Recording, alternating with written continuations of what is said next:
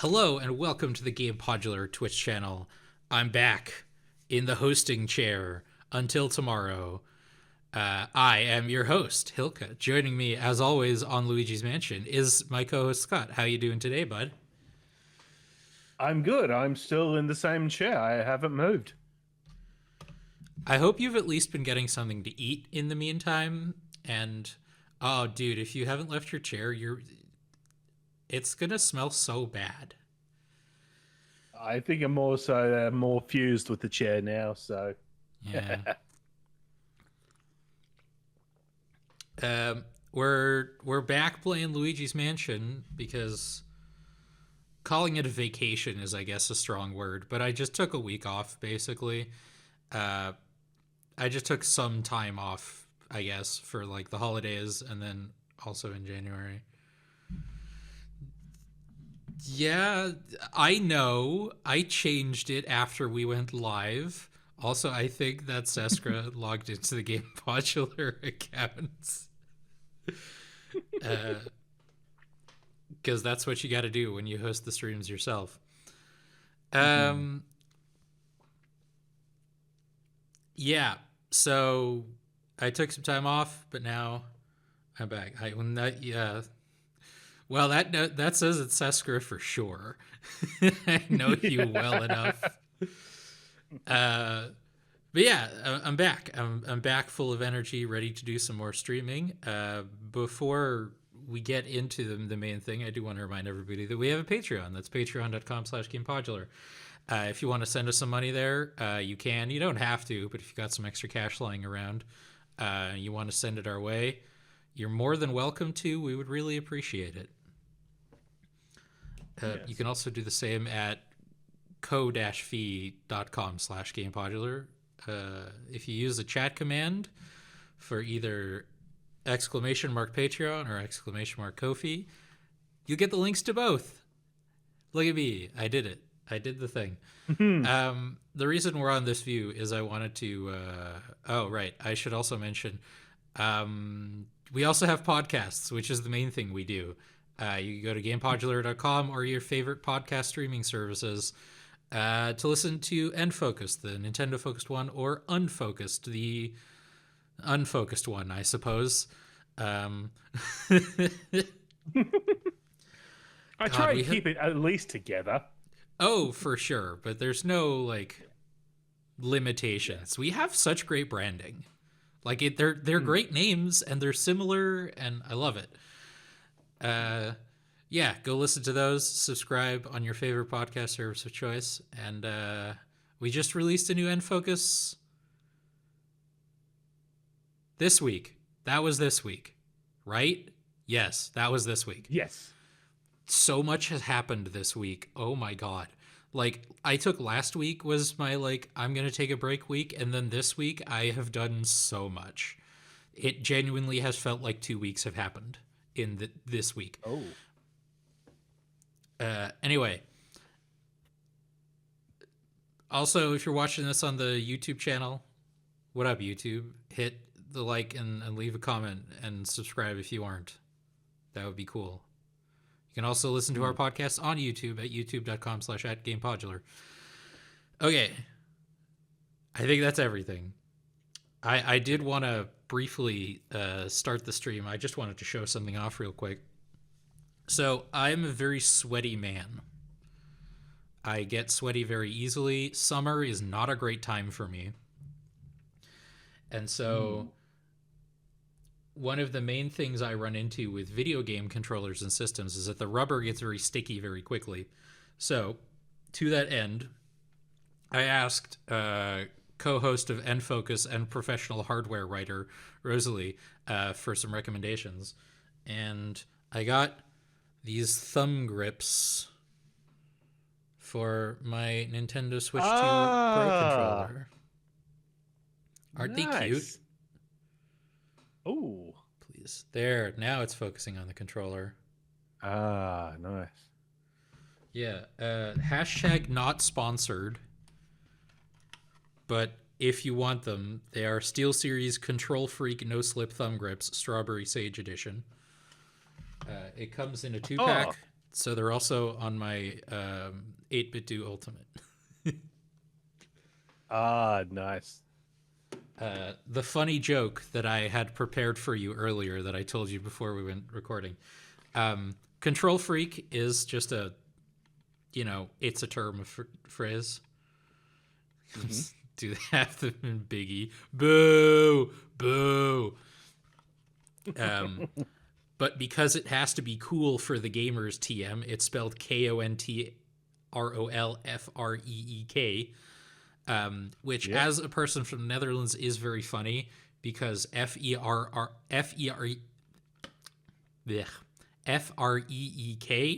that's just a name here. We call them Freek. So it's Control Freak. Ah, that's funny. I suppose it's technically a 4-pack according to the thing because there's 4 of them in it, but you're not putting these on a Nintendo 64 controller. I genuinely had to think of what's a controller that only has one thumbstick? Dreamcast? Yeah, N64, GameCube, technically. The C-stick is legally distinct.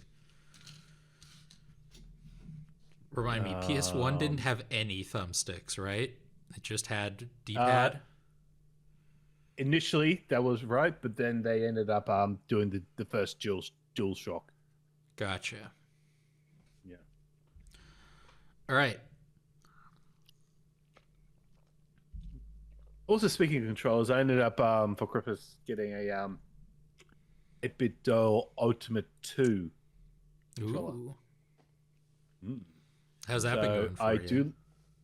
Yeah, it's good. It's because I actually got it for it works on Switch 2 and on my RGI X with Steam OS on it. It's a strange controller. It's got the back buttons, 2 back buttons, but then it's actually got you got the trigger buttons and the shoulder buttons, and then it's got another set of buttons. Really? In between, sort of on this, it's they're just programmable buttons, and they actually work pretty well because I did a whole Metroid run, and they really worked well for Blue Sky. Metroid Dread. Because to actually have to enable the the fast walking, the fast running. Yeah. You have to press in the L stick, and so that's a bit awkward. So I just put it on the right spare button, and it works really well. So nice. Is it at least a toggle, or did you have to hold it down? Because that's the worst one. No, it's just a toggle. It's just while you're running, you just click it, and then it initiates it. So you don't have to hold it. But it's still it's just like clicking a button. The thumbsticks is not the one where if you're constantly doing it, it's just not the best. Yeah. Those of us who played Earth Defense Force 5 will remember that the Ranger class, you have to hold down the left thumbstick to sprint, and that's awful. I'm so glad they fixed that for 6. Holy crap. At least make it a toggle, just turn it on. Yeah. It's a toggle in 6, and I don't know why it wasn't in 5. Anyway, we're now almost 15 minutes into the stream, so let's play some Luigi's Mansion. Maybe. Luigi Button Mansion. I do, as I said at the beginning of the stream, I really do only have myself to blame for that.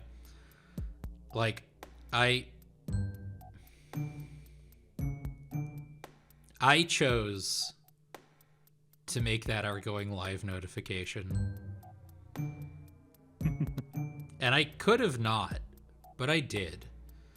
So, what I don't remember When is the last time we played? It seems to be... let's just start from the actual save point. Well... Okay. It's probably actually this one. Yeah. 4, 12, 20, 25. Let's reacquaint myself with the controls real quick. Right, I toggled... Oh. Yeah. The Switch 2 Pro Controller, I have the flashlight back set to this back bumper. Nice. At your recommendation. I don't like to admit it, but I'm a fiend for back buttons. I had, I don't know if I still have it, but I had, an Xbox One controller. That was, a special Battlefield 1 controller that had back buttons, and I never used them. And I really should have. Oh.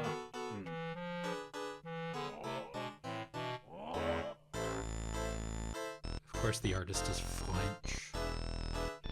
The mystery of my apt.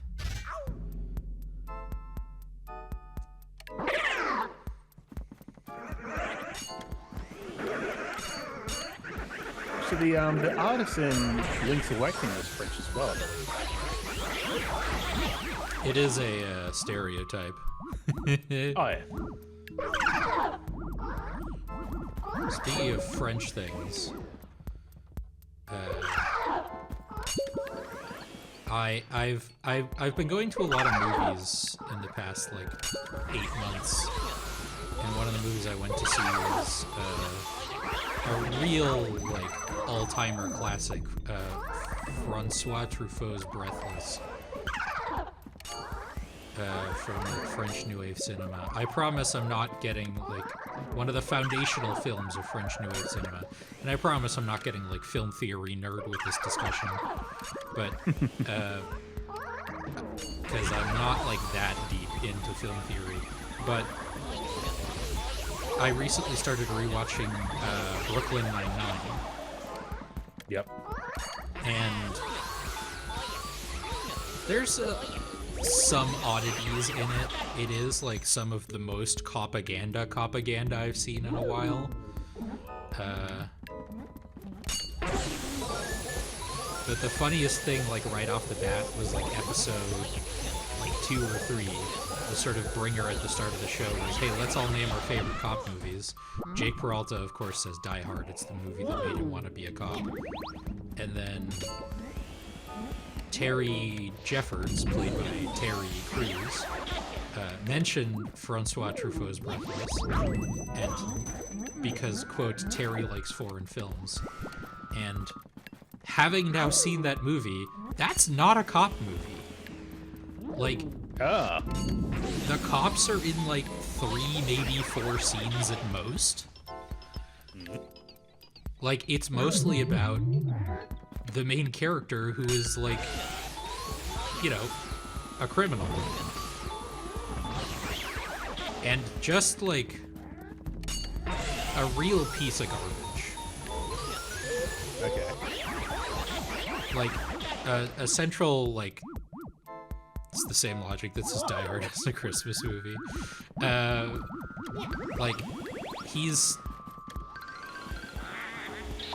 It's debated in film theory circles whether, Truffaut's films are very famous for their, misogyny. And it's debated in film theory circles about whether that's, he thought it was an interesting inclusion on, a narrative and character development level, or if he's just, no, misogyny is cool and good, actually. Don't take that out of context. But a central thing in the movie is the main character has a love interest, and she can't really decide if she is actually in love with him or not. She sort of goes back and forth on it, and to be honest, I don't know what she sees in this guy, because he does such great romantic things as breaking into her apartment, stealing money out of her wallet, openly talking about how other girls are hotter than she is, getting her to aid and abet him because he's a fugitive who committed a murder. Like, Oh my god. that's, you know, oh yeah, he's a real catch, this guy.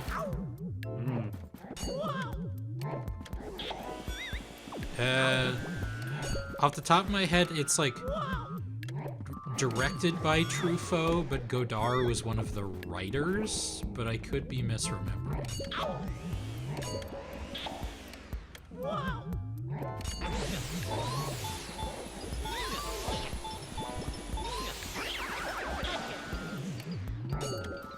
The last movie I saw at the cinema was the new Avatar movie. I have thoughts on Avatar. I will say, I haven't seen, like, I've only ever seen the first one.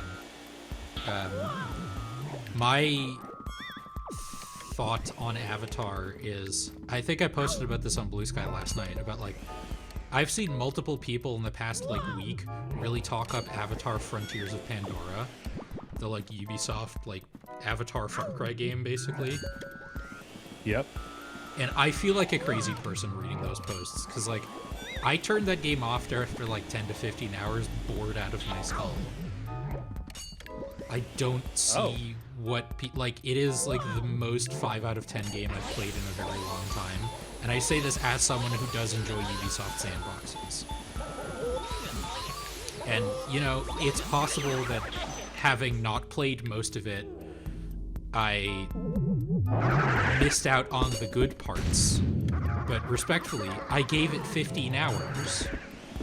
Like, you can finish entire games in that amount of time. If it's not gonna hook me by then, sorry, I guess I'm not playing it. Like, one of the best games I played last year, is literally like 3 hours long. And I wish I could remember the title.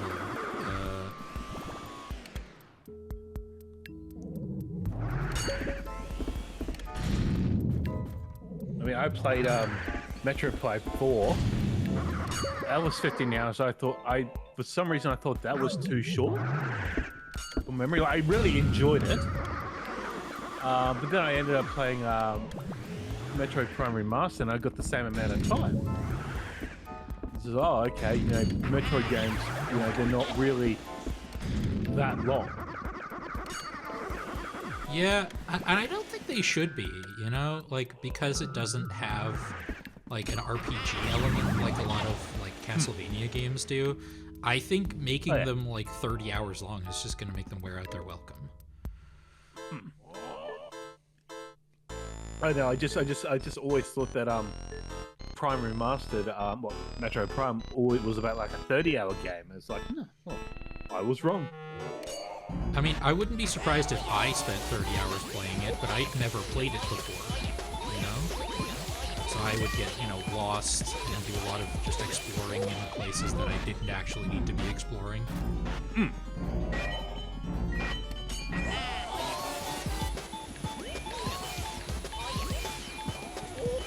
But to go to probably Seskra in chat, like, I kind of feel the same way about Skyrim as well. Like, Skyrim is just like a deeply fine game that is... It's a very fun, it's a very relaxing game to play, even though it's not very good. It is... Yeah. Skyrim occupies the same space in my mind as, like, Power Wash Simulator. You know? If I just want to, like, chill and do something low effort, I'm playing Skyrim. But yeah, like, the reviews it got at the time were kind of funny. Mario!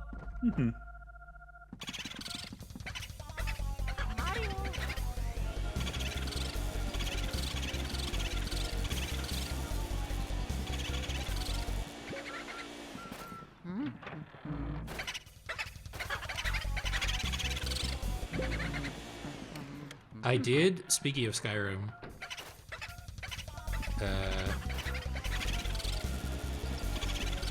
I did watch a very funny video about, from a YouTuber called XP to Level 3, who makes primarily videos about Dungeons and Dragons and like tabletop RPGs.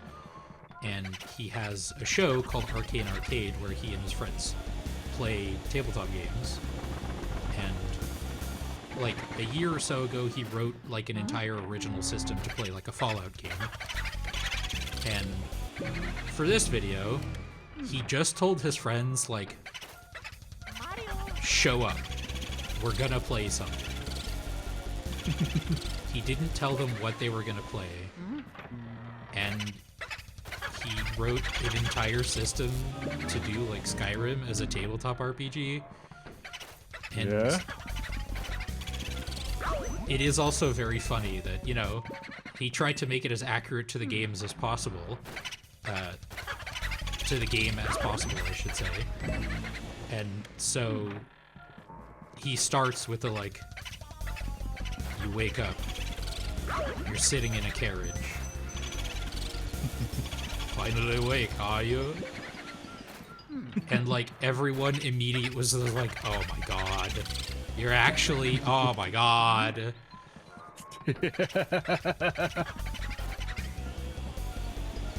And it was kind of interesting hearing his like thoughts on designing the system, because again, he tried to make it as accurate to Skyrim as possible, which means like XP for just doing things, like tracking XP for skills and attributes separately, like, you know, one-handed, two-handed, light armor, heavy armor, destruction magic, conjuration magic, healing magic,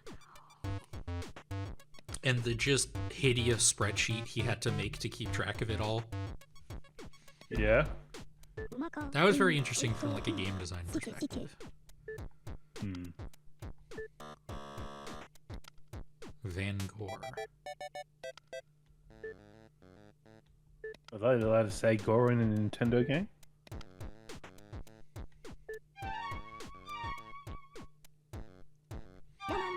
I think it's contextual.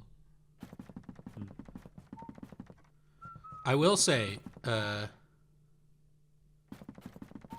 no, like, to be fair about the XP to level 3 system, like, it was very much a haha funny joke, I'm gonna prank my friends.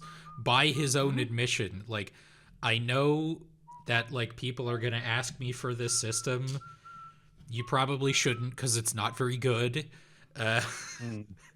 But I'm like, I'm gonna put it up on my Patreon for free for the people who want it, but honestly, you're better off playing some, like, so many other games.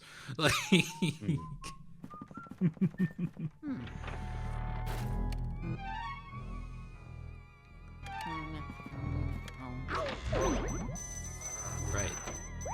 right, fake doors.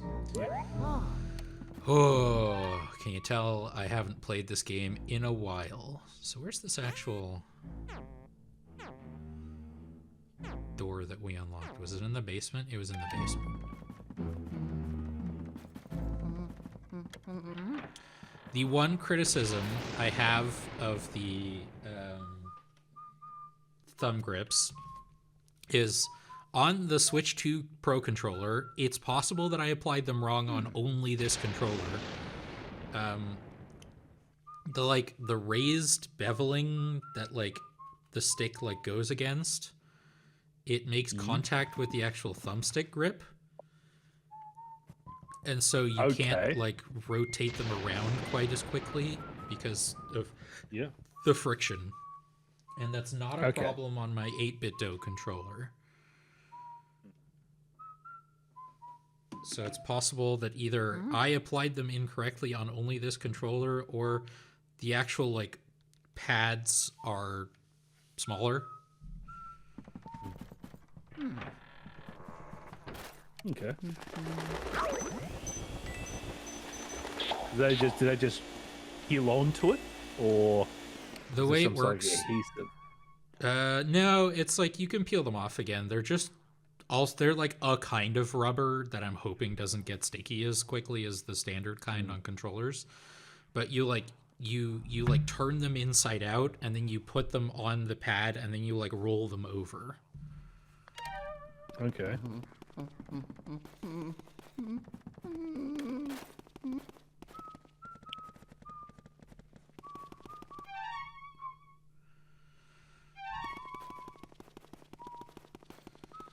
But it is interesting, like, that Seskra and my, like, experiences with specifically Bethesda games are, like, Seskra, I mean, to the best of my knowledge, your favorite Fallout is New Vegas, which is not a Bethesda game. Right, this door is locked. Still. But you've enjoyed, like, Fallout 3 at least, right? Am I misremembering?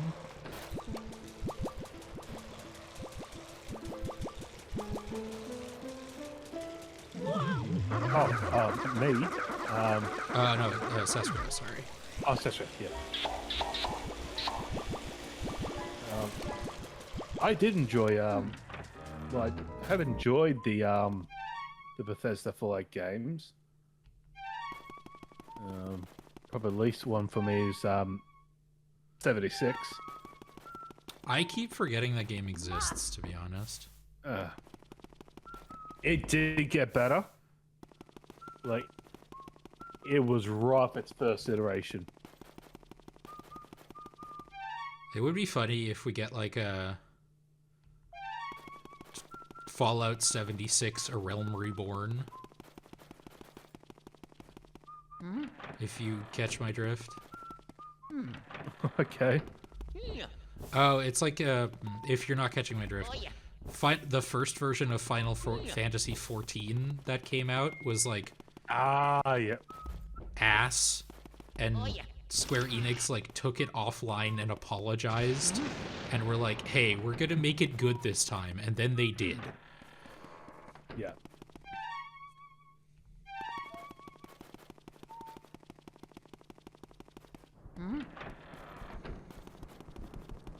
But to finish my thought, like, I could not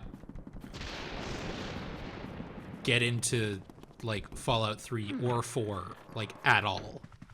I bounced off of them super hard, but I've played like a few hundred hours of Skyrim between the like 3 editions of it I own on Steam or whatever. I know I'm supposed to be going down to the basement, but I'm trying to remember where that room is that has like the big health, because I want to get some more health.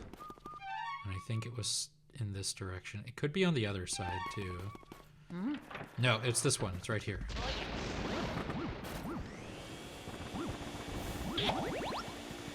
There we go.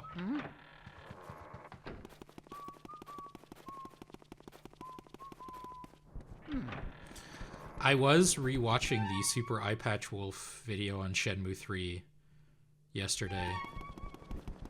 And the one thing Shenmue 3 has over Skyrim is it's shorter. Like, it's boring and repetitive, but it's quote-unquote only, like, 20 to 30 hours long. Yeah.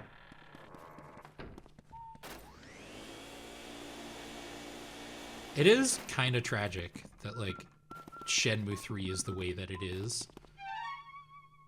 Because, people love Shenmue 1 and 2, and seeing Shenmue 3 be that bad is just a real pity for those people. And B, I guess what I'm about to say is technically a spoiler for Shenmue 3. But, so be warned, I guess. But the plot doesn't actually progress in Shenmue 3, like, at all. Okay. Like, the main character and the villain are in exactly the same position at the beginning of Shenmue 3 as they are in the end of Shenmue 3. And like Yu Suzuki, by his own admission, said like, I didn't want Shenmue 3 to be like a major continuation of the story, which seems like a bad idea because it sold really poorly and was not well received. So so there's a good chance we're not going to get a Shenmue 4 to actually make plot progress with. I mean, I kickstarted Shenmue 3. Oh, I'm so sorry. I mean, I don't know why. I mean, I'd never played any Shenmue games. I'm thinking, oh, that was a whole thing. I think it was like a PlayStation event. The government says just like, you can kickstart this. It's like, I might as well do it. But yeah, I still have not played a Shenmue game. I should rectify that. My embarrassing crowdfund is I have contributed to Star Citizen. Oh, okay. Have I played it? No. I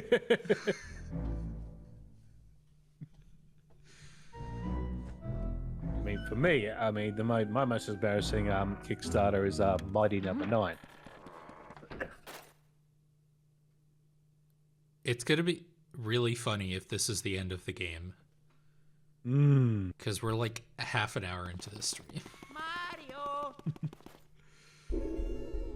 Oh, Saskia, I'm in the credits of that game.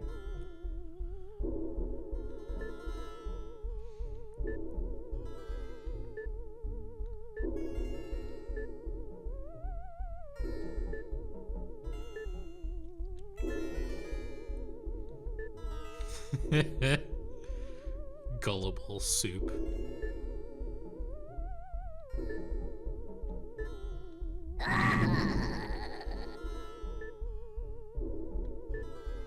Oh my god, this is the final boss, isn't it?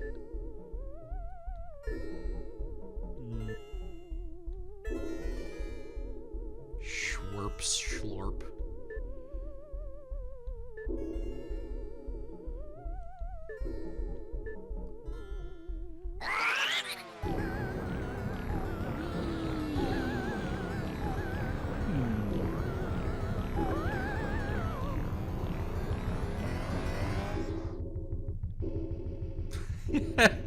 Oh, That is very funny.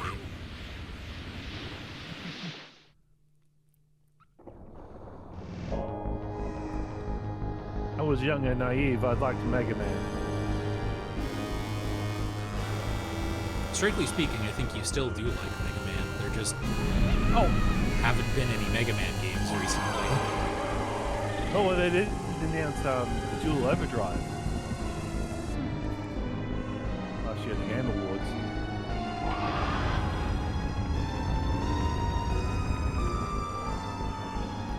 What? What is Mega Man Dual Overdrive? I didn't hear about this, but I also purposefully didn't pay attention to the Game Awards. Okay.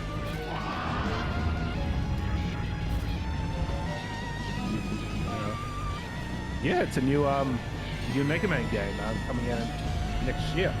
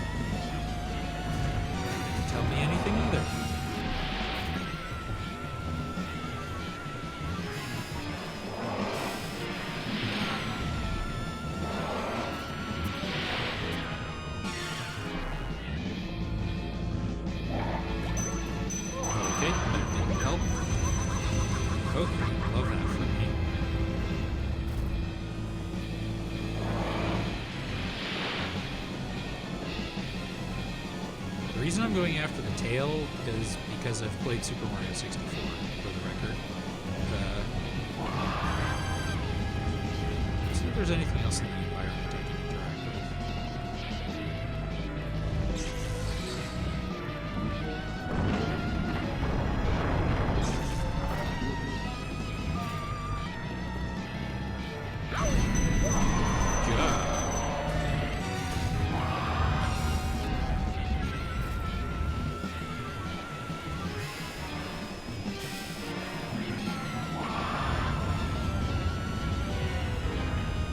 Okay. Sorry, I'm going to help you a bit. Please do. The whole, yep, those spiky balls, you can actually suck those up. You can? Yeah.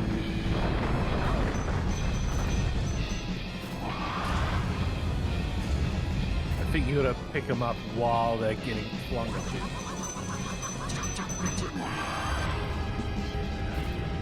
I know.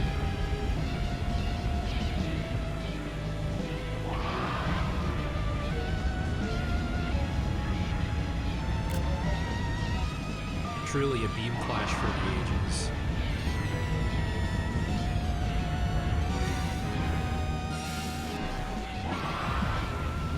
I do love Bowser's Inside Story. Not as much as the first one, but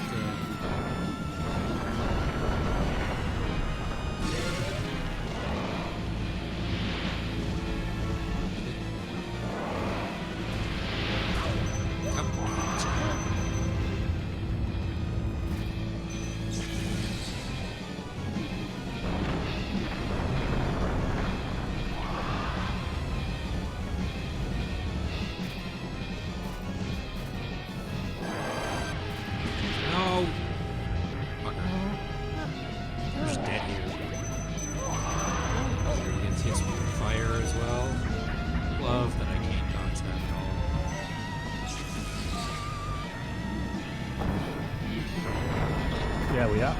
oh, damn it. And then you're supposed to throw it into his mouth, right? Well, that's why we created a save point, baby. Yeah. 2026. Gotcha.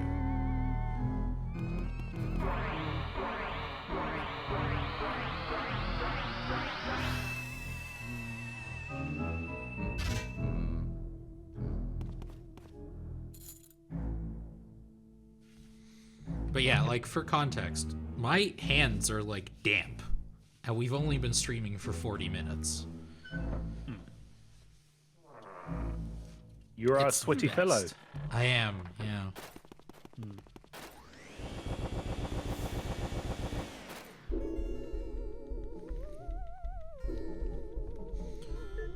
Yada yada yada. Gullible soup. I do love soup.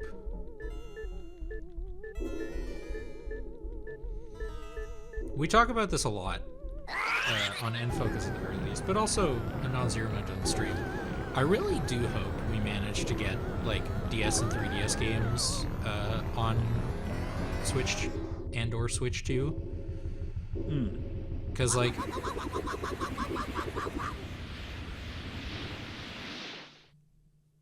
without the original hardware, there's currently like no other way to legally play like any of the Mario and Luigi games beyond the first one. Unless you like own the 3DS version of Mario of Superstar Saga. And of course, I always bang on this drum, give me a Kid Icarus Uprising remake and sequel, you cowards. I imagine they'd be able to. I mean, there's a video going around of they've got a concept. Someone's got a concept of putting it like a screen on top of the Switch 2, spare USB port, to simulate a 3DS or a DS. I don't even necessarily know if they need a peripheral for it, you know? Like, the one I always point to is Etrian Odyssey. They did like a remake of the first Etrian Odyssey game for like Switch and PC and stuff. Yeah. It's unfortunate that it's not like the 3DS version that was like the Millennium Girl that has like a more like story-based single-player mode with actual like defined characters. 'Cause I really liked that one. I didn't finish it because it's Etrian Odyssey. It's really hard. But you know, there's animated cutscenes and dialogue, and the paladin characters from Canada. I'm playing this like an absolute chimpanzee.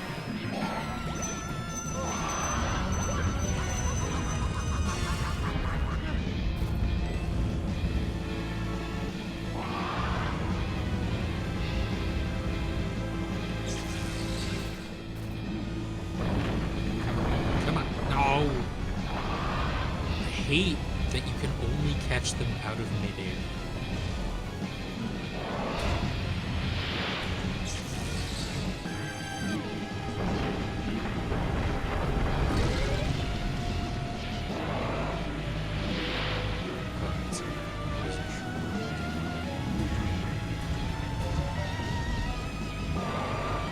No! Okay, and I'm dead. Okay. Reload.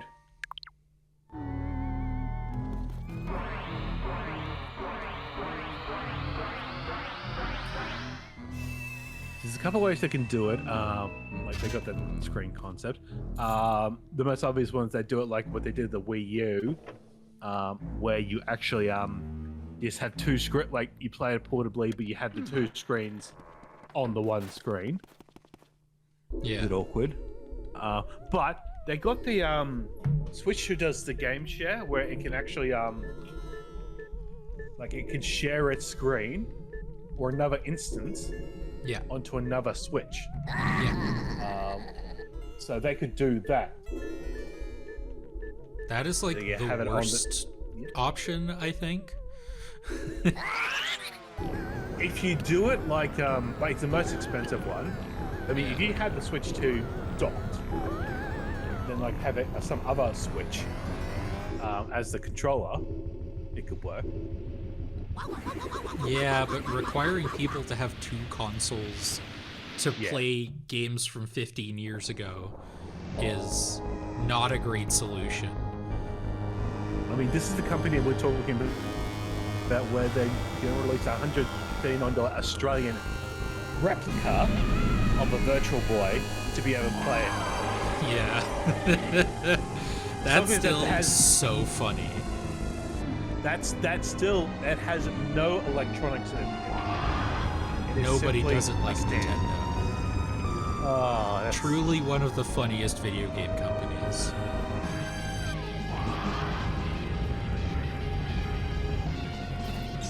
Maybe back off a bit when you get when they're holding your hand. Oh, there we are. Progress, baby. Oh God, no. Guess I shouldn't be surprised that the head would still be weapons.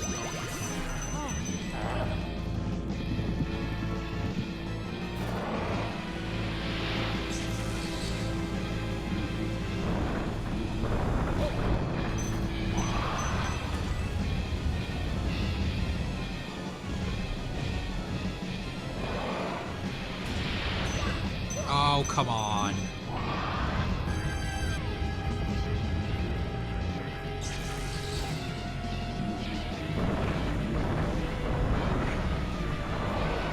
You have one shot. Ah.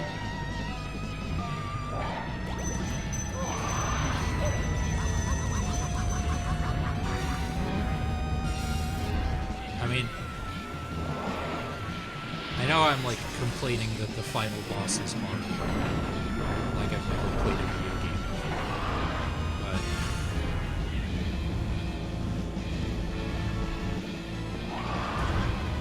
no! Oh, I didn't see it. Oh, until it was too late. Wait.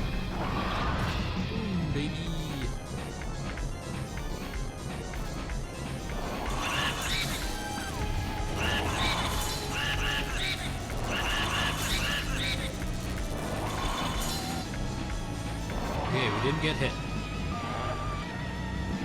Okay. I wish I could, like, break these pillars manually to, like, heal items.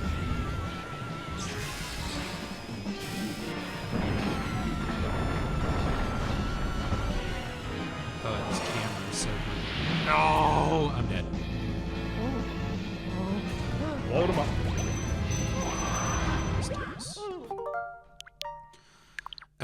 Yeah, I have tried vacuuming the ones that are on the ground multiple times. It doesn't work. Mario. I think I got away with, like, the first successful catch because it was, like, on the last couple frames of it legally being in the air.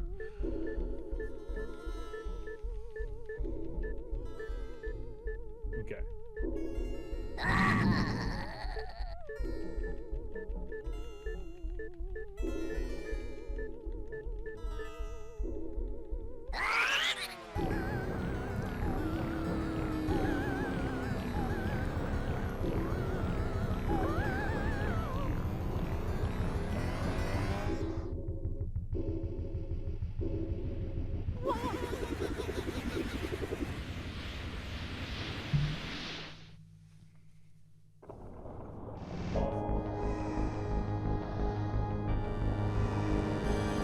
That is at least some amount of consolation, yeah.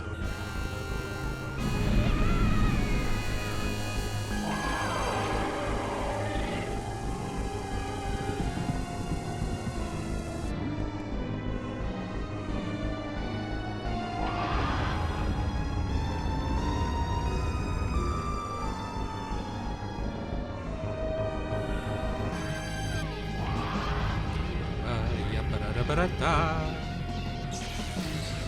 here we go. Oh.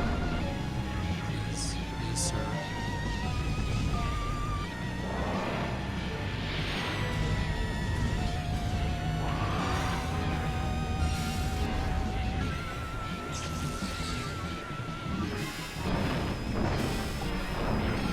Wait. Down. Boom! Touch the ice, touch the ice.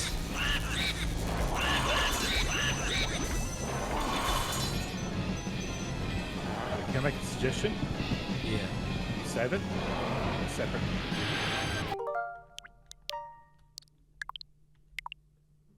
Yeah.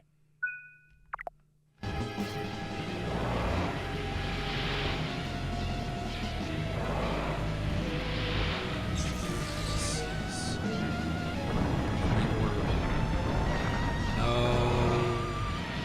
Bastard. There's a heart. Well. That one's just for me, don't worry.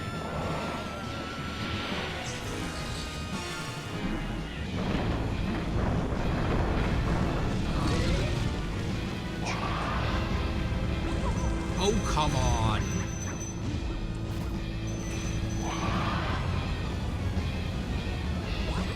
What? That's so rude.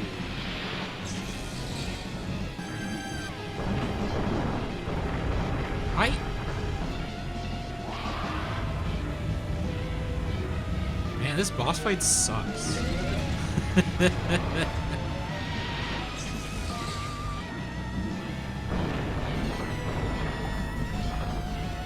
mind, I'm the best ever. Oh my god. Yeah.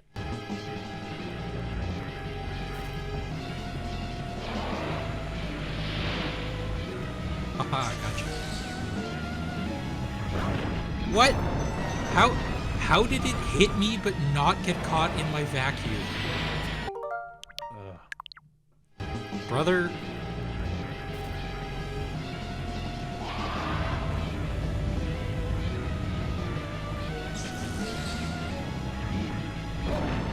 Again?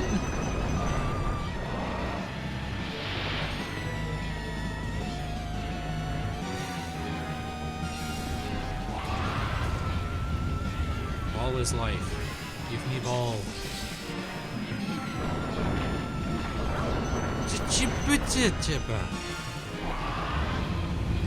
Oh, I'm okay. I'm definitely not mad. I need to get out of this corner.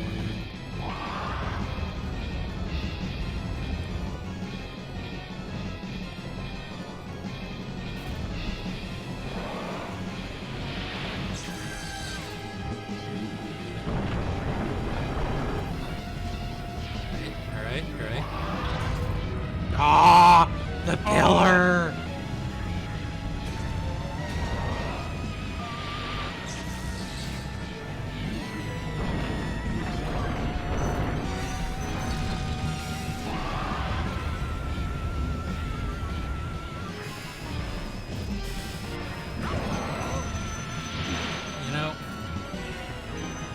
Earlier when I said, like, I was a little worried, like, we would get to the final boss really quickly. But don't worry. We're gonna be at this for a while, I think. Screw it.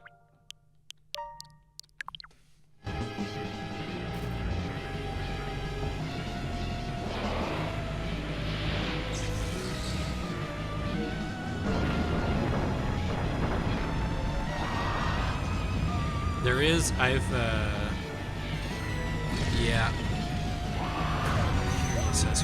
I have previously mentioned that I've been watching a lot of, like, Northern Lion videos on YouTube. Oh, yeah? And I am reminded of his playthrough of Elden Ring, which, to be clear, I only watched, like, a highlight compilation of, but he genuinely spent, like... Sasuke, you've played Elden Ring. Who's, like, the boss who becomes, like, the warrior who just, like, suplexes you and fights you with bare hands? Who's that guy?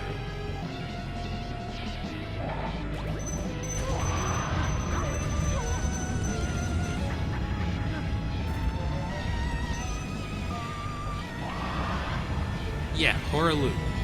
He spent genuinely like 3 hours just fighting Horalu on stream.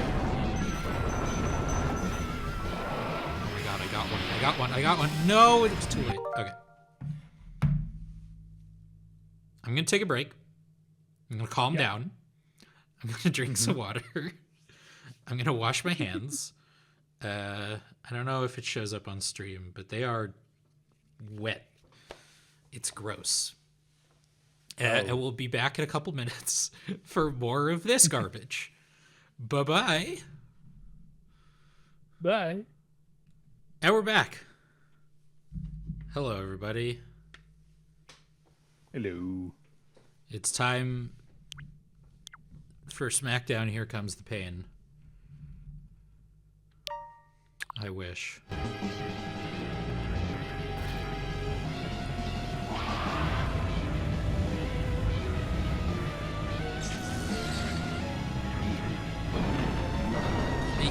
No!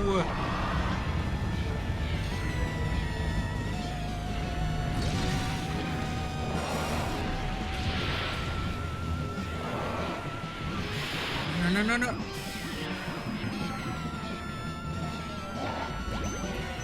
It is all about the game and how you play it.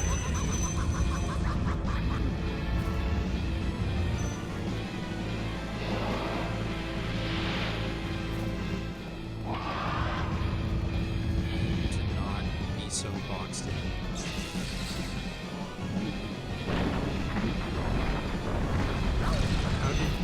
Alright.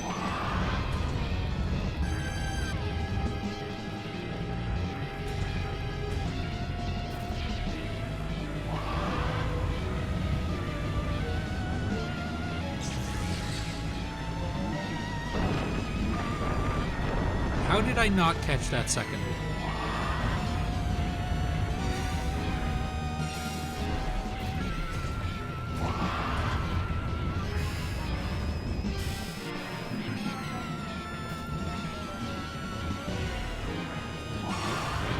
Nice. Give me orb.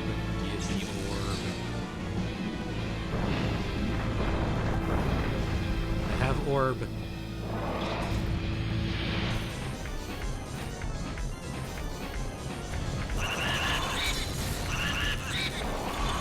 No.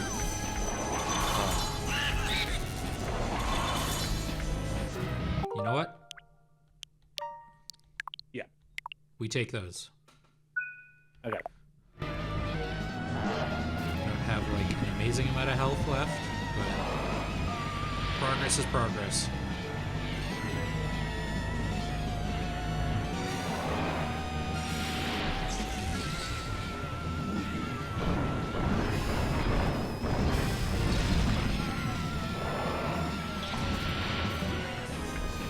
Hell yeah.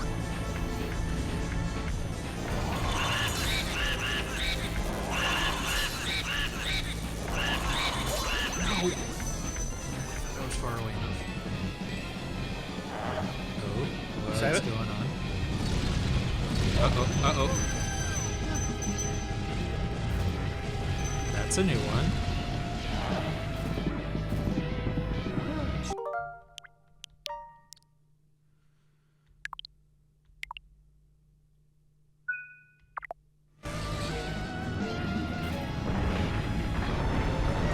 Get the heart.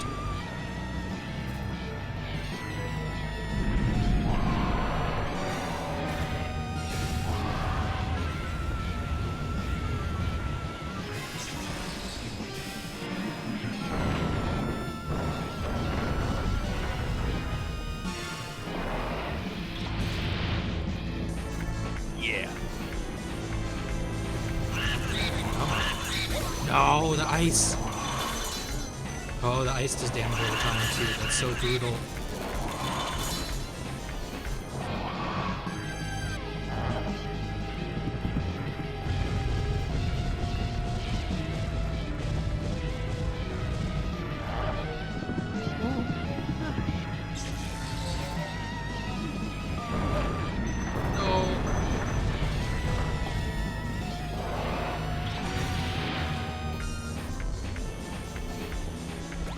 No! Oh!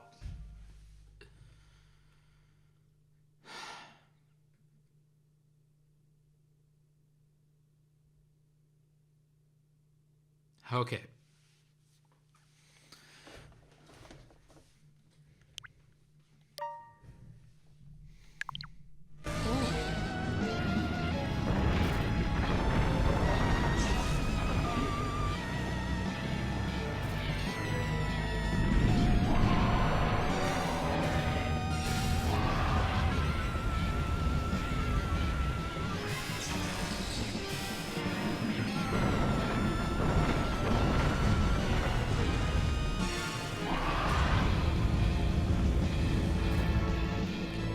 It's not the boss to get as much. Oh, let's go. Boom, baby. Boom. Nice. Oh my god. Oh no! Come on. Okay. Save it, save it, save it, save it. Oh, no, no. Okay, save it. You know what? I am gonna create one. I'm gonna overwrite this one. Yeah.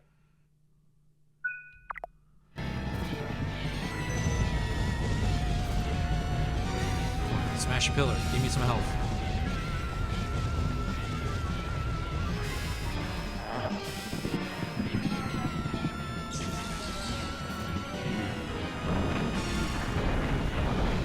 Alright.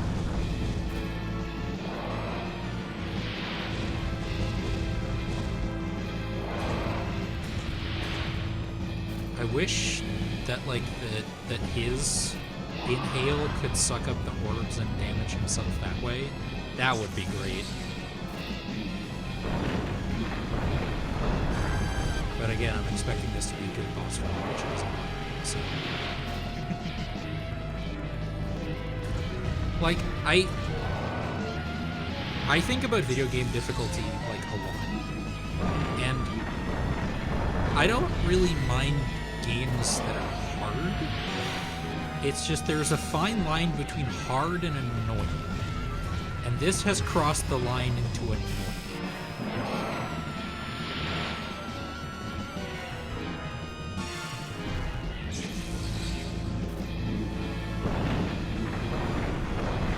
Again, how did I not catch that second one?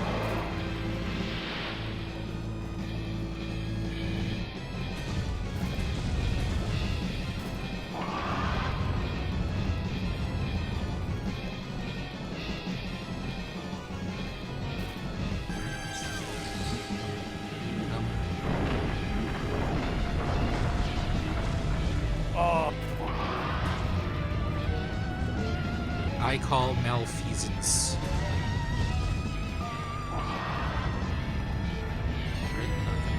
Fire. Okay, let's risk it for the biscuit, baby. Nope. Alright, then we're gonna go this way.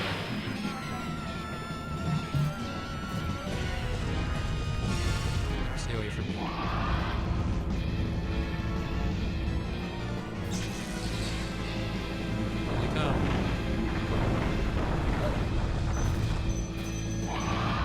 Still winnable. I believe in me.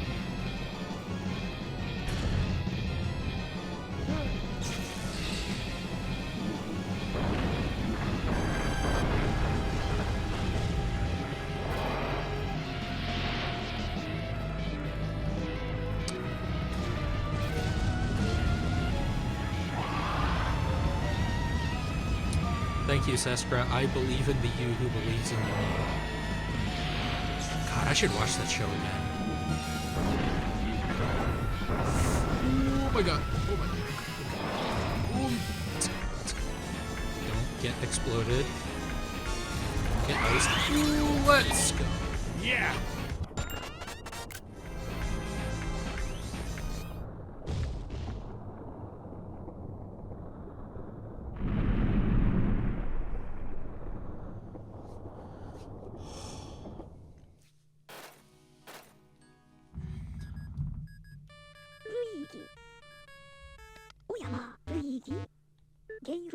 My boy.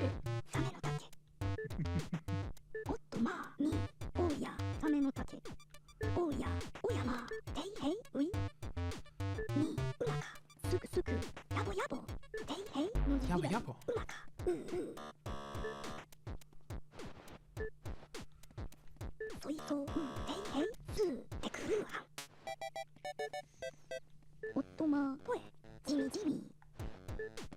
Oh. Yabo yabo.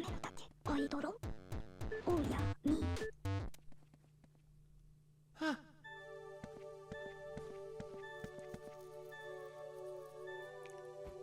It would just be the biggest kick in the teeth if I was like forced to walk back manually on 3 health and you could just die.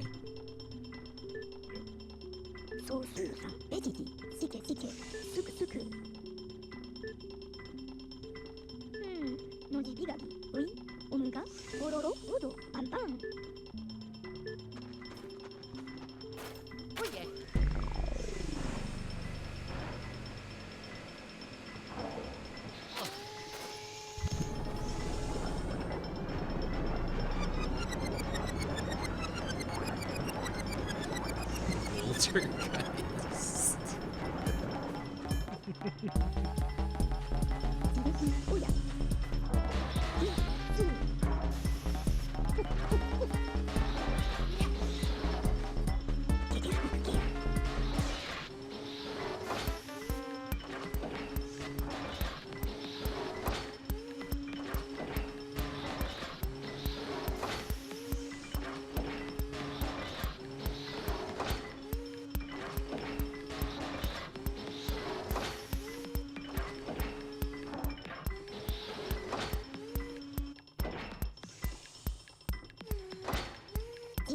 That's a lot of ghosts. Yeah. I love the dollars to donuts expression.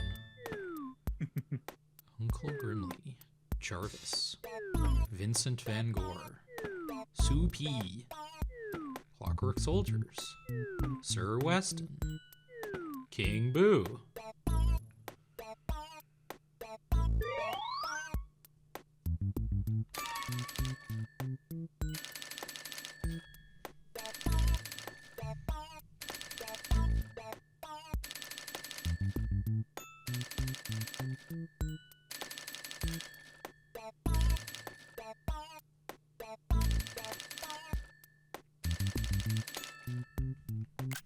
Cool.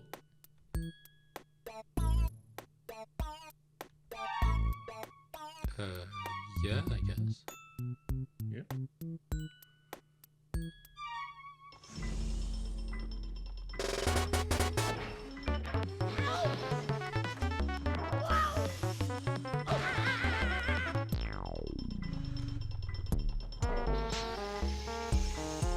Oh, look, it's Paper Mario.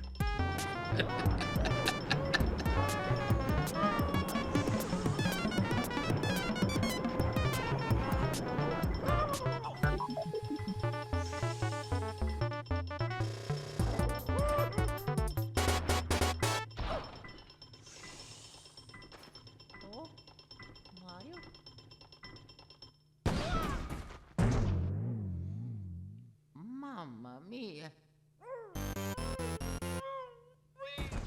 Oh, oh, oh,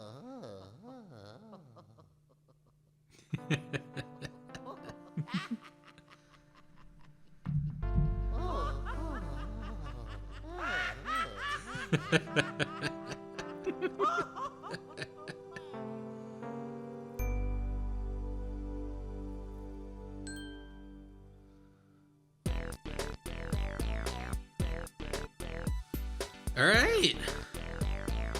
All right.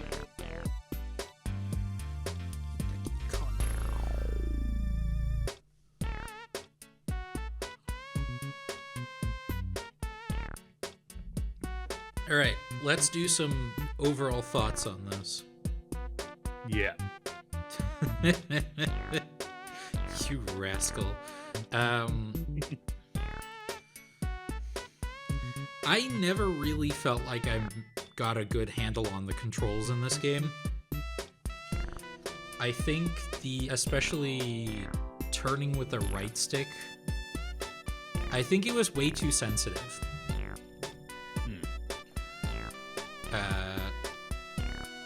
And that did lead to some moments of frustration in this game. I am overall very positive on it, but it was kind of just a finicky experience. I'm glad I played it. This is the great thing about NSO. Admittedly, I still wish it was an a la carte system and not a subscription, but I guess that's just the world we live in. I forgot to take a screenshot of the ending designers, so we know who's to blame for that dog water boss fight.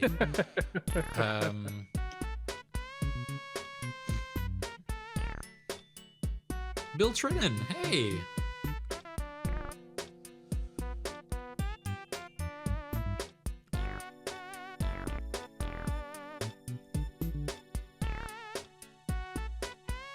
Wow, it is kind of wild that, like, the credits are already almost over.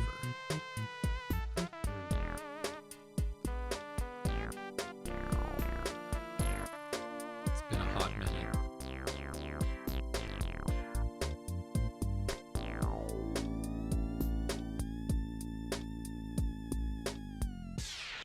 Oh no.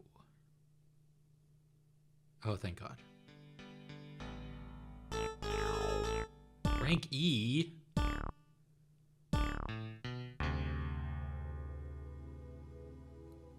Oh no.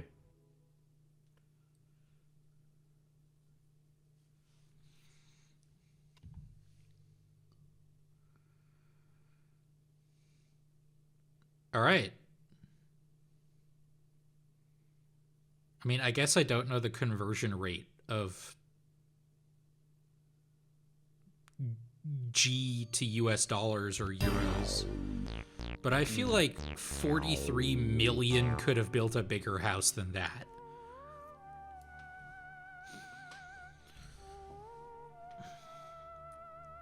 I can see... something we talked about early on in the playthrough is I can see where a lot of... Oh, yeah. I mean, I have like a 500 rupiah coin somewhere in my apartment. Jesus. I can see where like a lot of other games got their influence from this. You know, we made the joke about like, hey, do you think Remedy played this game and were like, ooh, we should use that flashlight system for Alan Wake? But it is in many ways a very sort of like baby's first horror game. And I don't mean that derisively. I think it is like a decent introduction to some of the mechanics of certain horror games in a PG-friendly setting. Yeah. And I think it is very useful to have games like that, because horror as like a narrative genre is extremely interesting, and while it is not always my cup of tea, some of the best games I've played are horror games. The one I always come back to is Paranormasight, The Seven Mysteries of Honjo. It's a horror visual novel puzzle kind of game. It's genuinely excellent, and I highly recommend everybody play it if you like horror. And you know, the only way to know if you're into horror is to be exposed to it, and so having this being like sort of a controlled environment for a couple of the mechanics and the themes that you see in certain horror games is, I think, a good thing.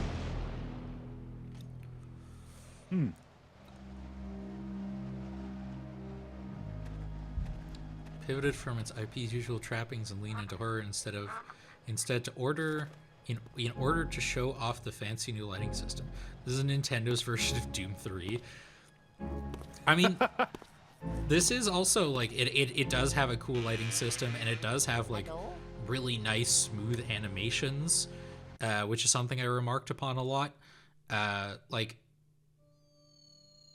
the GameCube was not known for being the most powerful console of its generation, which Nintendo consoles basically never are, but I was genuinely impressed with what this game was capable of. And obviously, we're not discounting the PS2. Like, the PS2 had Shadow of the Colossus. Like, let's not get around here. Yeah. You were saying? I think, I was saying the GameCube held its own. Like, compared to, like, it wasn't as powerful as the Xbox. Yeah. But it was more powerful than the PS2. Yeah. And this is a great showcase. This game is a great showcase for a lot of the things the console, for the kinds of things the console can do. And yeah, I did enjoy my time with it.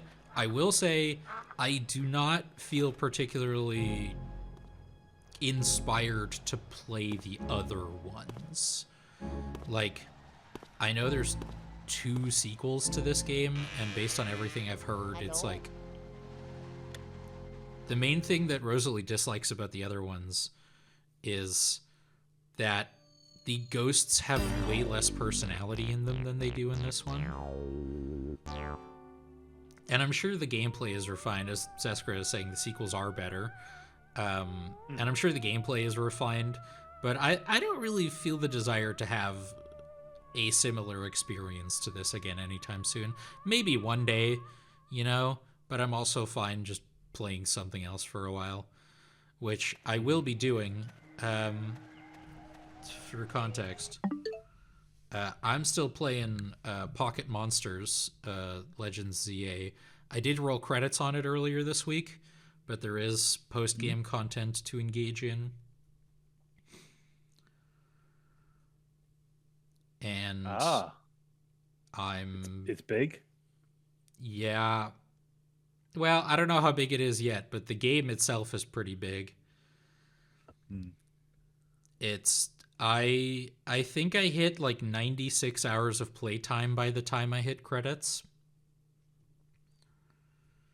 Like, it's a chonker.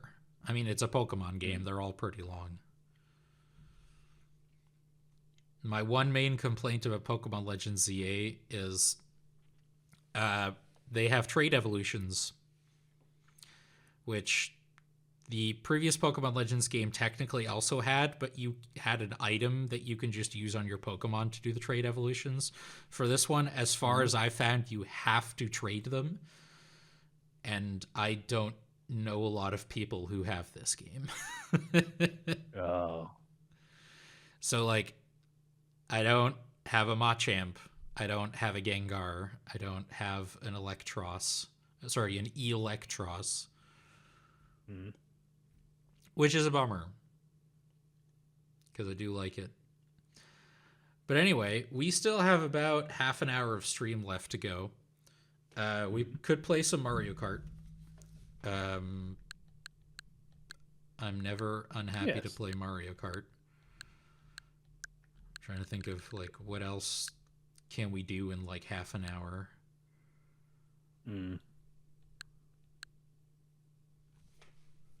Let's just play some Mario Kart. Yeah. Yeah, no, sorry, that's... Yeah, sorry, yes. Definitely. I'm going to...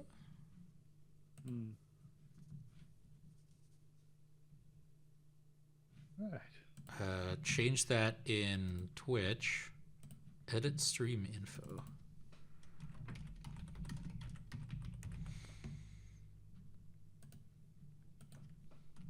Mario Kart World.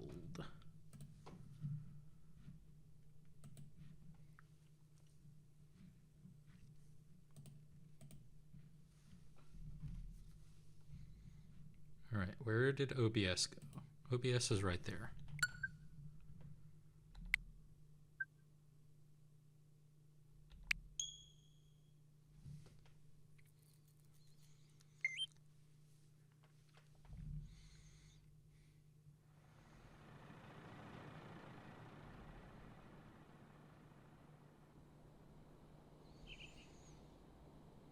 It is kind of sad that Kirby Air Riders didn't really grab me. I know. Go back. That's only 2 players. If 2 people are at the console, Multiplayer?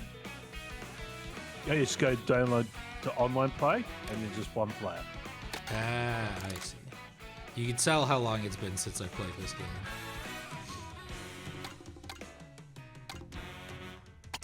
Yep. Yay. You want to create a room? Yeah, might as well. Luigi. Okay. Wow. I mean, yes, it is better than Sonic Free Riders, but that's like an extremely low bar. Like, Kirby Air Riders is at least a functional video game.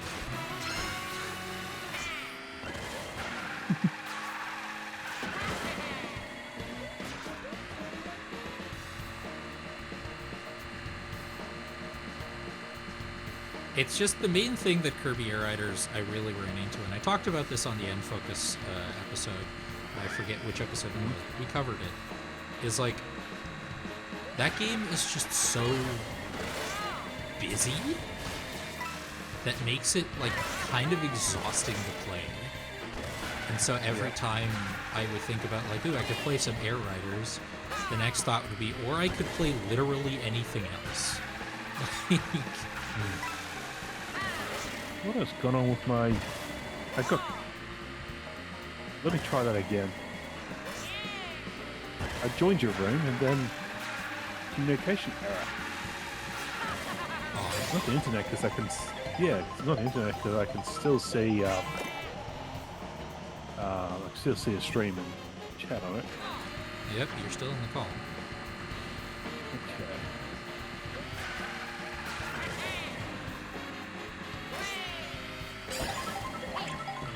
Friends. Join.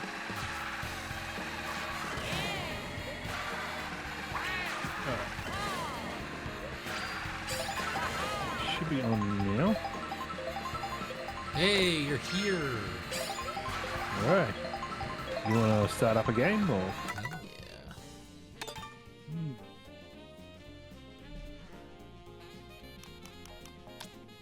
Hell yeah. All right. Intermission 10 seconds. Not forget. 10 seconds, yeah.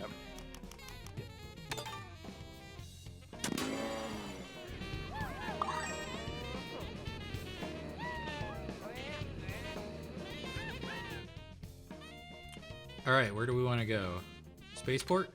DK Spaceport, yeah. Hell yeah. Donkey Kong.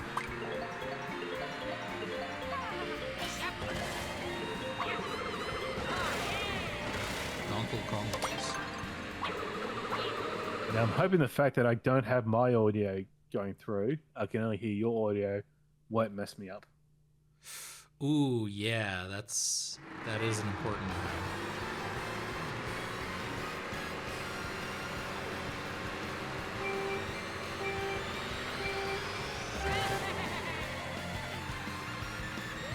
Ah, Did it? it just did it again. Did you get disconnected? I did. Oh no! Ah, I still see a Wario, but it's not you then. Return to free roam. okay, I'm joining you again. No. Resume free roam.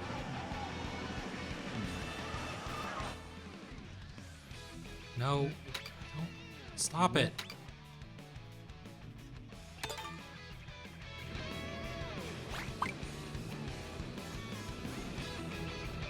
I love this game. Peach, Desert, or Cooper? I think I picked Peach Desert. I was just trying to like start okay. over.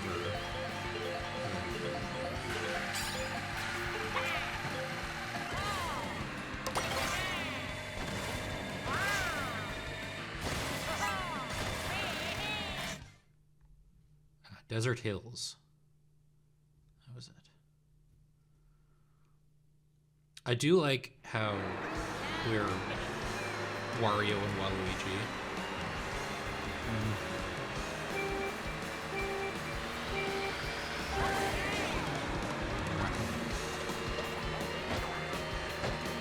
I saw on your like things I have completed thread that you finished Wario World. Yeah, Wario World, yeah. Oh, Wario World, yeah. How is that game? I played like a little bit of it. Yeah? It kind of reminds me of Rayman 2. Like Okay. structurally. It's very, like, it's only got about, it's only got 8 levels, 8 stages. Each of those has a boss fight. Yeah. And then you got a boss fight for every second, every 2 levels, and then just one big final boss fight. Yeah, I enjoyed it. It's not. I wouldn't say this would be a high caliber. So like I'd say like Wario Land 4.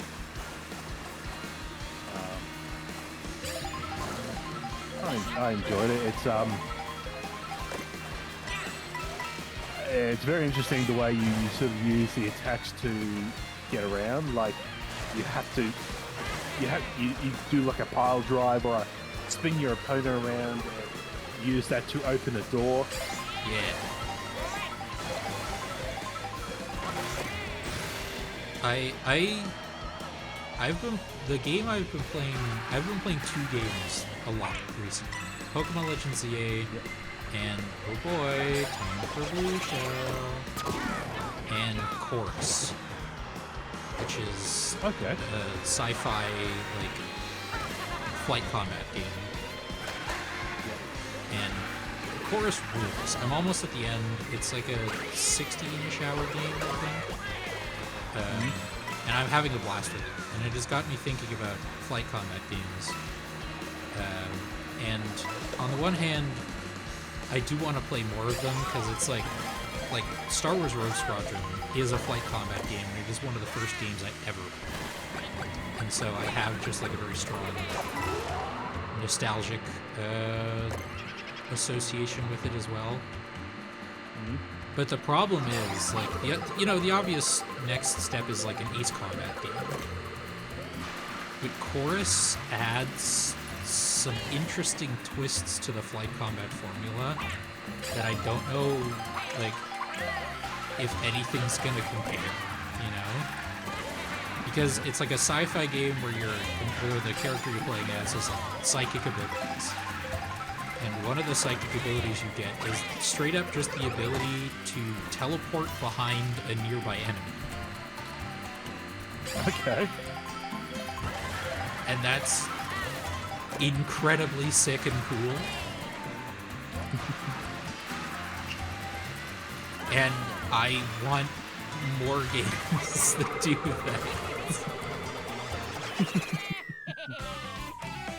And like there's a drift. Like you could just straight up drift like it would be in a racing game.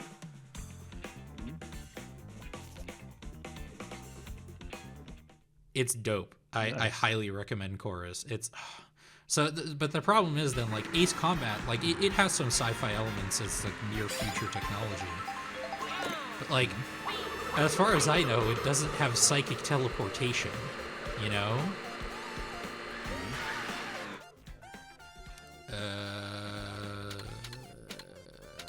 Bizarre? Bizarre.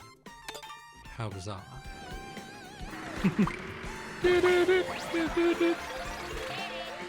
I think you're legally obligated to make that reference every time the word bizarre comes up.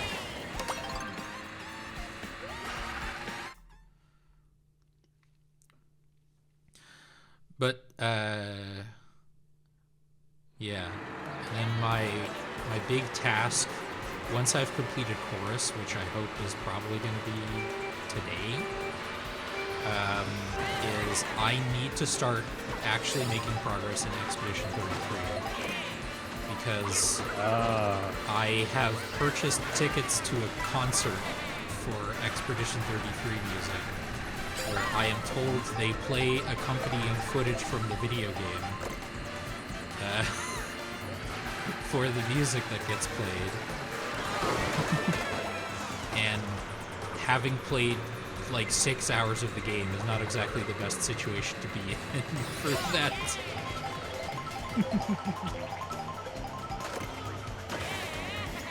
I'm currently going through, okay, I'm currently playing Horizon Forbidden West.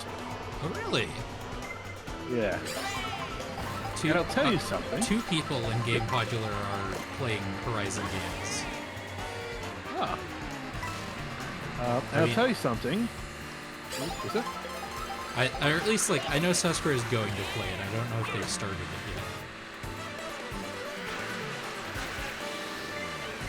yet. But I didn't actually have it. I played Forbidden West. No, sorry, I played Zero Dawn originally. But I saw in what I ended up doing was I was playing I ended up playing Astrobot and finishing that. And one of the things with Astrobot, it's got homages to other PlayStation games. You got sections of games like you can play like a Uncharted section, and then there's one of Horizon. Yeah. And I ended up playing that and thinking, oh, that's nice. I'm thinking, do I have the latest one? I saw it was on special and I ended up buying it. So I ended up buying a game because I played a homage to it in another game. I'm gonna shove my glasses right through my forehead and say, well, actually, Forbidden West isn't the most recent one, because there was Lego Horizon Adventures. But I don't know if it's any good. I'm just... Yeah.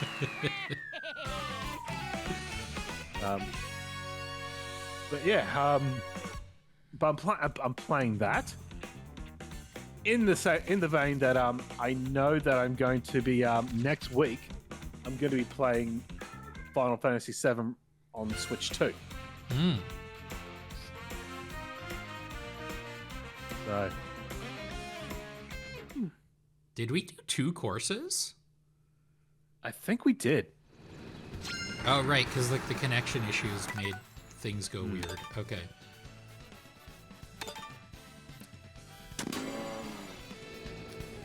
I mean, yeah, that is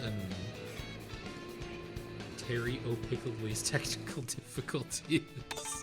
Oh, shoot. I meant to click Wario Stadium, but I clicked Airship Fortress. Sorry. I'll try Wario. Hopefully that'll select it. I think you just selected 3 races this time. Ah, right, of course. Oops. You can tell I haven't played this game in a hot minute.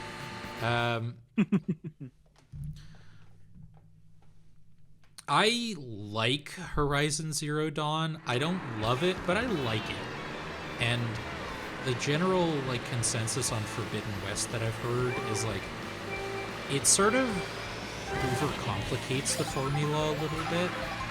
Like they added way too much just stuff that doesn't necessarily need to be there. And so I wasn't really enthusiastic about playing it, so I haven't yet. And it is like Sony really wants Horizon to be like one of its main franchises, and it's like, you know, fine, but it's not really blowing my mind.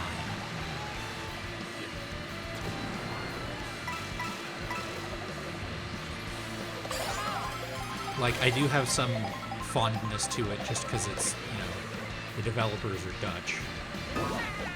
I drove right into that. Good job. Oh my god, I didn't see that one coming. I don't blame myself for that.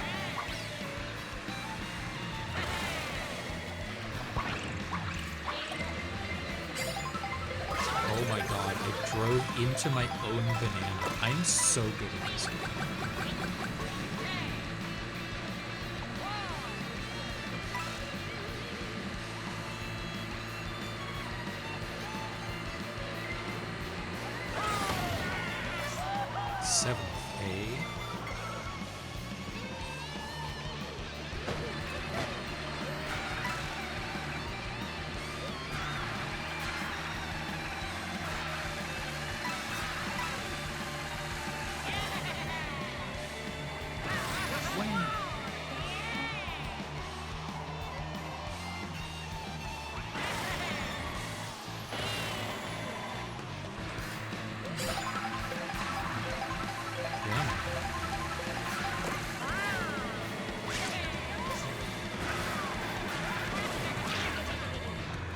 I will say, Horizon is like one of my favorite post-apocalyptic media properties. That's mostly because I just like kind of struggle with post-apocalyptic settings in general. They just like make me very sad. And Horizon is like so far after the apocalypse that, like, you know, things are kind of nice again. Whereas something like Fallout, where everything is just kind of like still a little grungy, still very much using like visible leftovers of the old world. It just makes me kind of sad to look at. I'm running into a similar issue. I got a book for Christmas.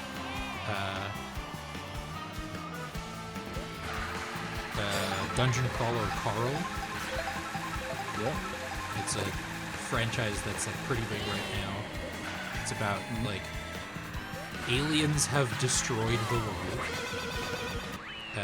and created a big dungeon inside the earth, and anyone who's still alive can go into the dungeon and get rewards and still be alive. And there are just like I've read about like 150-ish pages of the book, and the moments where he's like, this rest area, Wario Stadium. Yeah. This rest area is like a fast food restaurant from Eastern Europe. And then he has the realization of, oh my god, nobody's ever gonna be able to go here again. That kind of stuff, just like, it just bums me out. It's just very sad. Okay.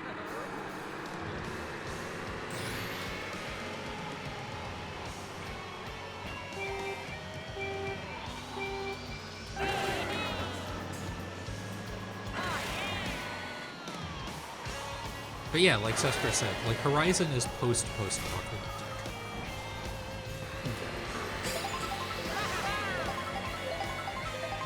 Another great example of a post-apocalyptic setting I do like is tabletop RPG Numenera.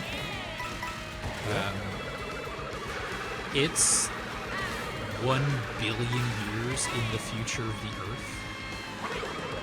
It takes place in something called the Ninth World, is what the world is called. Because, like, how we currently exist was the first one. Then there were 7 more, like, great civilizations that all perished. And now we're on number 9. So, like, it's so far in the future that, like, it is sci-fi, but it might as well be fantasy, you know? That's the kind of stuff I do like. And maybe that's one of the reasons that I bounced off Fallout so hard when I did, and why I prefer Skyrim as a Bethesda game.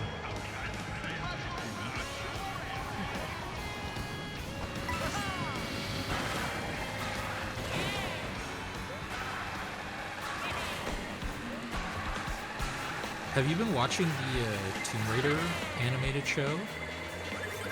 I have not. Have you? I started watching season 2 yesterday. It is going to be the last season of the show. Not like it was canceled, it was just like we only ever planned on making 2 seasons. It's good. I'm enjoying it. It does sort of suffer from the same sort of pacing issue that season 1 had, where everything just moves at such a breakneck pace that it doesn't really have a lot of time to breathe.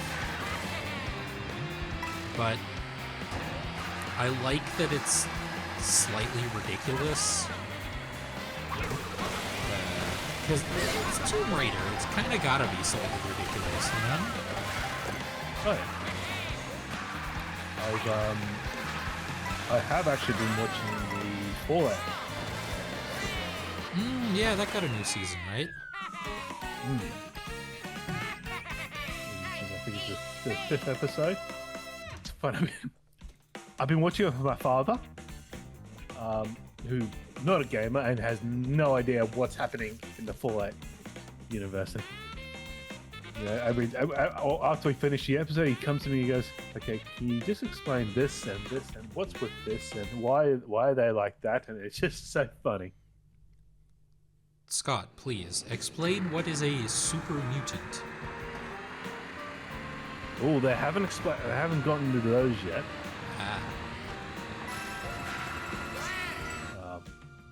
Why does Walton Goggins look like that? Dry Bones Burnout? Yep.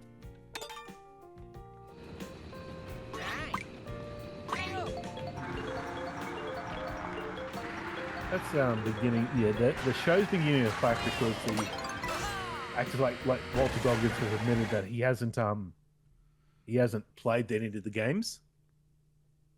Okay, so he just really but well, that's it. It's like people are getting there are people on the internet who are getting pissed. It's like, well, no, he's just really invested in the character. It's like, that's good.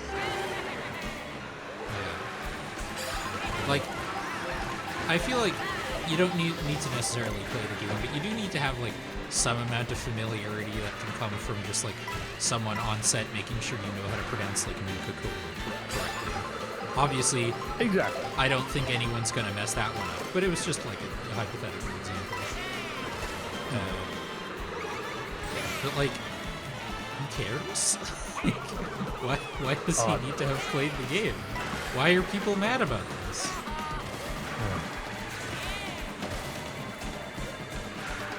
Okay, I can imagine a world where like there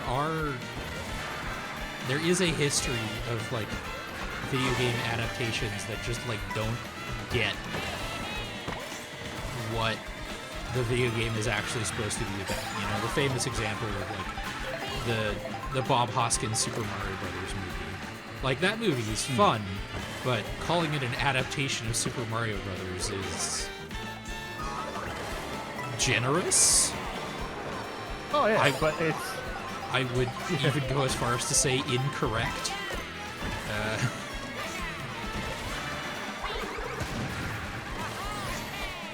unique.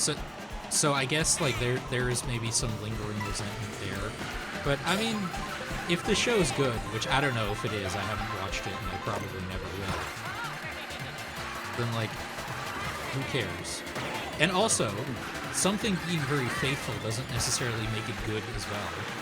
Like the Monster Hunter live action movie, dog water movie, just really bad, quite boring.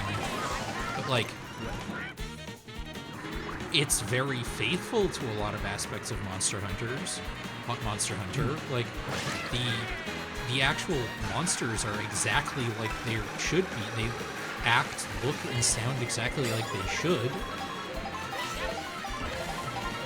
But the movie's still dookie bad. Like, but the fact that it's directed by Paul W.S. Anderson doesn't really help in that regard.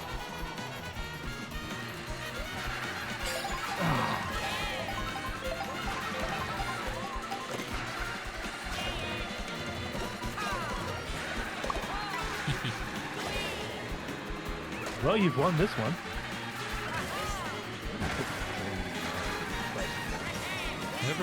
Did you get disconnected again?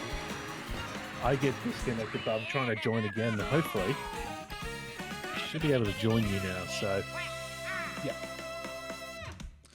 I was under the impression that Bubbler was like a Wisconsin thing, not a Boston thing. Like they're obviously both Midwest, but I thought Bubbler was Wisconsin.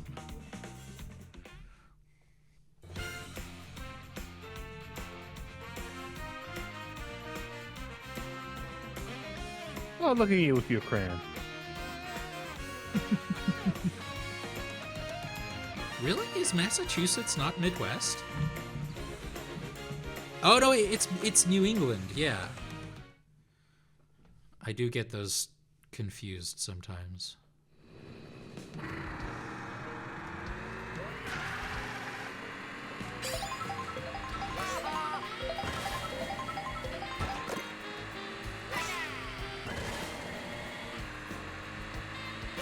I'm allowed to be wrong about this. I'm not American. I'll learn this kind of thing about America when they learn literally, like, when they learn any city in the Netherlands that isn't Amsterdam or The Hague.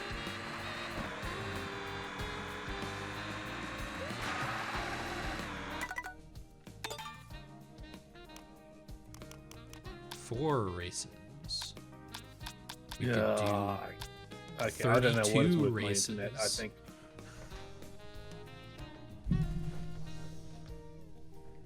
Did you get chucked out again? I got disconnected again, and I'm just. Jeez, I think the universe trying to tell me something. all right, tell you what, we got 5 minutes left in the stream. Yep. We could cut it off now, but I don't want to end on a down note. Time to play my favorite game. Nice.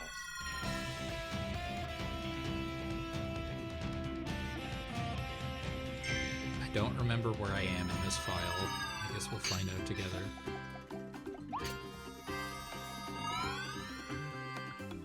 Spoilers for this game, I suppose, because we're not starting from the beginning.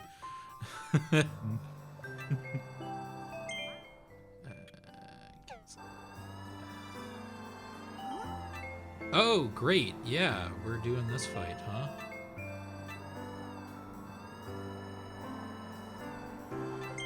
This fight is kind of annoying.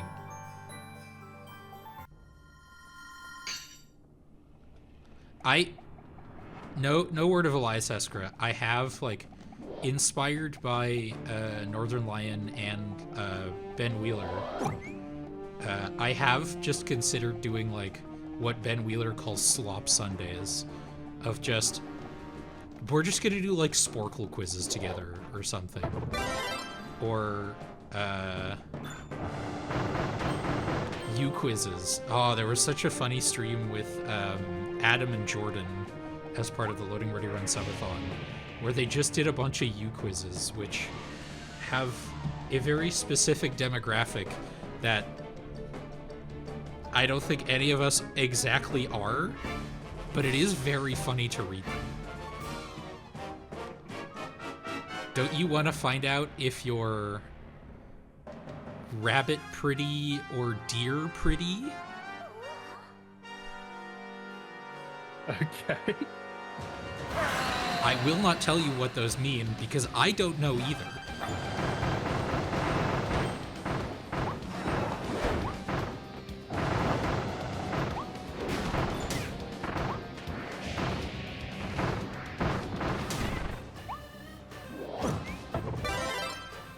But it's worth finding out.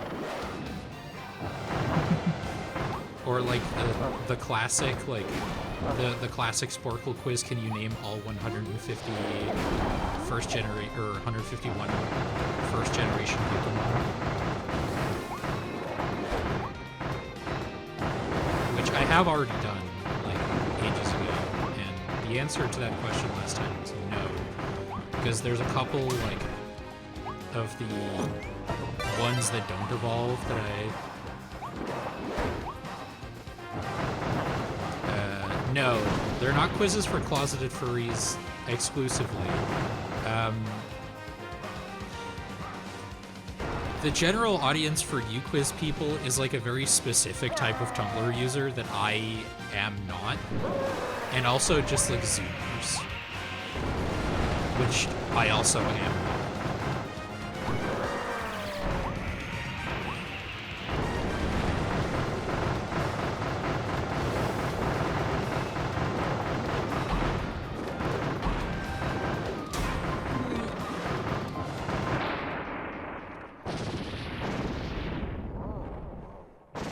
Golly, that sure was an easy fight, huh?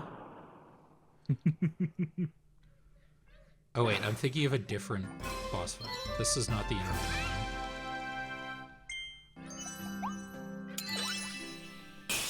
Oh yeah, you can block in this game. I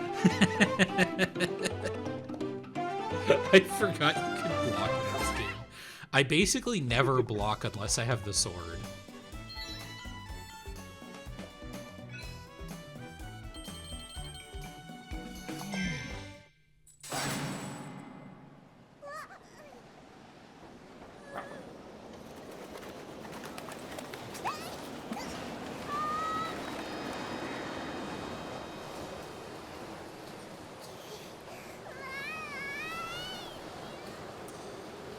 Yeah, I'm never gonna live that one down, Seskra. That quote that Seskra is putting of me in chat is from the first time I ever beat Hades in Hades. I had the shield, and I realized about like a third of the way into the fight that, oh yeah, it's a shield! It's not just a weapon, you can block with shields!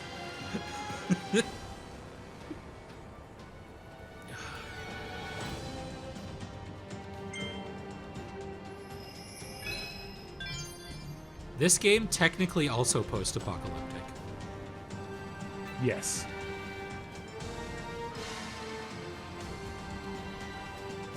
Anyway, that was our one little burst of Kirby, because we are at the top of the hour now. I have no idea how I'm going to make a thumbnail for this video. I'll figure it out. But until then, we have been Gamepodular. I hope you had a fun time with the stream.